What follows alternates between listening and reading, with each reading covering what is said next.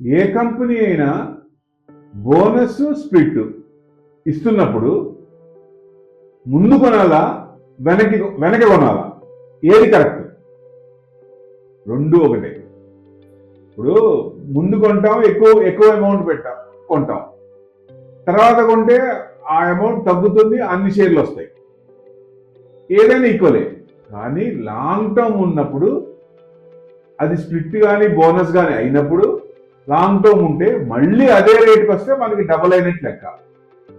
So ఏదైనా patience ఉండాలి. Long term investment is always best. మంచి స్క్రిప్ట్స్, ఫండమెంటల్స్ ఉన్న scripts, valuation scripts, prices will differ. కిందకి వచ్చినప్పుడు అదే స్ప్లిట్ కానీ బోనస్ కానీ అయినప్పుడు, ఎందుకంటే బోనస్ ఎందుకు ఇస్తారు? జనరల్ గా రేట్ ఎక్కువ ఉన్నప్పుడు ఎక్కువ మంది పార్టిసిపేట్ చేయడానికి భయపడతారు.